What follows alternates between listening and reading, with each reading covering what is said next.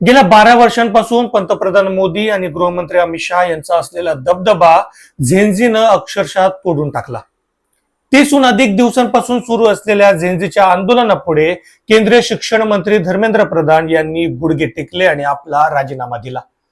या झेंझीच्या पोरांनी दाखवून दिलं की भारतात मोठी क्रांती घडवण्याची ताकद आमच्यामध्ये. दिल्ली पोलिसांनी केलेला अमानुष लाठीचार्ज, दिल्ली पोलिसांकडून तरुणींचा झालेला विनयभंग, हे सर्व सहन करत वेदना झेलत हे पोरं ठामपणे उभे राहिले. पोलिसांच्या दांडक्यांना घाबरून पोरं इंच भरही मागे हटले नाहीत. हे झेंझी म्हणजे लय डेंजर. आपल्या आई बापांना न घाबरणारे पोरं मोदी शहांना घाबरतील का? कधीच नाही. पण हे कसं शक्य झालं? देशातील तरुण मुलांचा विजय नेमका कसा झाला? 12 वर्षात थातूर मातूर मागण्या मान्य करत प्रत्येक आंदोलन या मोदी सरकारनं चिरडून टाकलं. पण झेंझीच्या आंदोलनापुढे मोदी सरकार का झुकलं? पडद्यामागे नेमकं काय घडलं हे सर्व आपण जाणून घेऊयात. त्यामुळे हा व्हिडिओ शेवटपर्यंत पहा. नमस्कार, मी प्रमिल क्षेत्रे. या घटनेची सुरुवात होते 15 मे 2026 रोजी.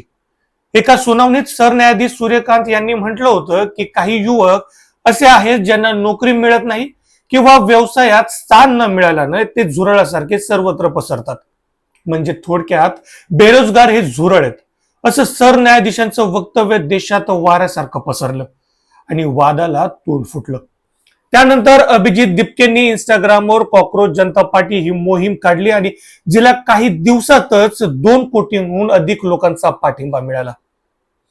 देशभरात गाजलेले कथित नीट पेपर फुटी प्रकरण आणि सीबीएसईच्या उत्तर पत्रिका तपासणीतील गोंधळामुळे विद्यार्थ्यांमध्ये आणि तरुणांमध्ये आधीपासूनच तीव्र संताप होता. अभिजित दिपके परदेशातून भारतात परतल्यानंतर 6 जून 2026 रोजी दिल्लीतील जंतर मंतरवर केंद्रीय शिक्षण मंत्री धर्मेंद्र प्रधान यांच्या राजीनाम्याची मागणी करत या आंदोलनाची प्रत्यक्ष रस्त्यावर सुरुवात झाली. लाखो तरुण जंतर मंतरवर येऊन सरकारचा शांततेने निषेध करू लागले.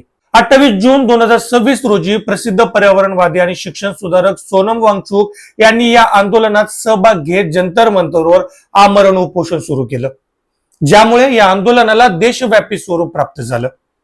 तोपर्यंत सरकार फुल सत्तेच्या नशेत होतं. तरुण पोरांचं आंदोलन म्हणजे त्यांना नेहमीसारखं आंदोलन वाटलं. अनेक आंदोलनं आम्ही चिडून टाकलीत, हेही आंदोलन चिडून टाकू अशा आविर्भावात मोदी सरकार होतं. पण हे आंदोलन तेव्हा पेटलं जेव्हा उपोषणामुळे सोनम वांगचुक यांची प्रकृती खालावल्यानं पोलिसांनी या प्रशासनानं त्यांना 18 जुलैच्या सकाळी 7 वाजता बळजबरीनं उपोषण स्थळावरून उठून रुग्णालयात दाखल केलं. यामुळे तरुणांमधील रोष अधिक तीव्र झाला आणि ते अधिक आक्रमक झाले. संसदेच्या पावसाळी अधिवेशनाचा पहिलाच दिवस. देशभरातून जमलेले हजारो विद्यार्थी, स्पर्धा परीक्षांचे तरुण आणि आंदोलक अधिक आक्रमक झाले. केंद्रीय शिक्षण मंत्री धर्मेंद्र प्रधान यांच्या राजीनाम्याची मागणी पूर्ण होत नसल्यानं आंदोलकांनी जंतर मंतरवरील निर्धारित मर्यादा ओलांडून थेट संसद भवनाच्या दिशेनं कूच करण्याचा निर्णय घेतला. हजारोंच्या संख्येनं असलेल्या आंदोलकांनी दिल्ली पोलिसांचे सुरक्षा कवच आणि लोखंडी बॅरिकेड जबरदस्तीने मोडून काढले. यामुळे पोलीस आणि विद्यार्थ्यांमध्ये थेट संघर्ष उडाला. मागचा पुढचा विचार न करता निष्पाप तरुणांवर आणि मुलींवर चालवलेल्या दिल्ली पोलिसांच्या लाट्यांनी संपूर्ण देश हादरून सोडलं. शांततेत हक्कासाठी आवाज उठवणाऱ्या मुलांना अक्षरशः गुरांसारखं तुडवलं गेलं. अनेक मुली रक्ताने माखल्या होत्या, तर काहींच्या पाठीवर उठलेले व्रण आणि डोक्यातून वाहणारं रक्त पाहून अंगावर शहारे आले. संरक्षणाची जबाबदारी असलेले खाकी वर्दीतील लोकच हातात दगड घेऊन मारहाण करत होते आणि विद्यार्थ्यांवर क्रौर्याची सीमा ओलांडत खिळे ठोकलेल्या काट्यांचा वापर करत होते. पोलिसांचे हे क्रूर रूप जनरल डायरची आठवण करून देणारे होते. एवढं होऊनही मोदी सरकारकडून कोणतीही प्रतिक्रिया आली नाही. ते अजूनही निगरगट्ट झालं होतं. अशातच JP नड्डा आणि जितेंद्र सिंग यांनी रुग्णालयात जाऊन सोनम वांगचुक यांना उपोषण सोडण्यास भाग पाडलं. बरं, कधी नव्हे ते माननीय पंतप्रधान मोदी यांना त्याच रात्री 11:12 व्हिडिओ पोस्ट करावा लागला, तोही स्वतःच्या हातानं. एखादा व्हिडिओ बनवायचा असल्यास मोदींचा किती तामझाम असतो हे सर्वांना माहितीये. पण मोदींनी असाच व्हिडिओ पोस्ट केल्यानंतर एक गोष्ट जाणवली की मोदी सरकार घाबरून गेले. मोदींनी फास्ट ट्रॅक कोर्टासोबतच शिक्षेसंदर्भात कॅबिनेटमध्ये चर्चा करू असं आश्वासन दिलं. पण पोरं धर्मेंद्र प्रधान यांचा राजीनामा मागत होते. त्यावर मोदी काहीच म्हटले नाहीत. पण पोरांनी सरकारला थेट इशारा देत बाकीचं काही नको, धर्मेंद्र प्रधान यांचा राजीनामा घ्या आणि विषय संपवा, तोपर्यंत आम्ही मागे हटणार नाही असं सांगितलं. अहो एवढंच काय, तर प्रधान यांनी राजीनामा दिला नाही तर पंतप्रधान मोदी तुमचाही नंबर लागेल अशी धडकीच अभिजित दिपके यांनी भरवली. त्यामुळे पंतप्रधान मोदींची खुर्ची धोक्यात आल्याचं बोललं जातं.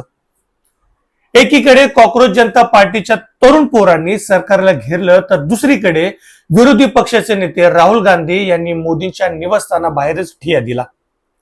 अशातच विरोधक सभागृहात गोंधळ निर्माण करून प्रधान यांच्या राजीनाम्याच्या घोषणा देऊ लागले.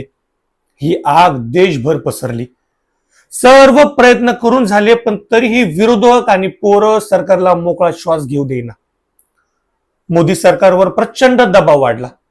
सरकार तेव्हा कोंडीत सापडलं जेव्हा पोलिसांनी पोरांना गुराढोरांसारखं मारायला सुरुवात केली. यामुळे थेट अमित शहा यांच्यावरच सवाल उपस्थित होऊ लागले. दरम्यान इतिहास साक्षी आहे की मोदी सरकारला गेल्या 3 लोकसभा निवडणुकांमध्ये सत्तेत आणण्यात तरुण वर्गाचा मोठा वाटा आहे. पण आजचा तरुण हा उद्याचा मतदार आहे. त्यामुळे जो तरुण वर्ग एकेकाळी भाजपचा आणि त्याहूनही अधिक थेट पंतप्रधान मोदींचा हक्काचा मतदार होता, आज तीच वोट बँक मोदींना मोठा राजकीय धक्का देण्याच्या तयारीत आहे. याची ही भीती सरकारला होती आणि या सर्वांच्या पार्श्वभूमीवर शेवटी मोदी सरकारनं धर्मेंद्र प्रधान यांचा राजीनामा घेणंच योग्य समजलं. 12 वर्षांच्या काळात प्रथमच मोदी सरकार झुकलेलं पाहून 2029च्या निवडणुकीत नेमकं काय होऊ शकतं याचं झेंझीच्या पोरांनी आधीच संकेत देऊन टाकलेत. त्यामुळे 2029च्या निवडणुकीत सत्ता मोदींकडून राहुल गांधीकडे जाणार की तिसराच कुणीतरी बाजी मारणार हे पाहणं महत्वाचं ठरणार आहे. तुर्तास इतकंच.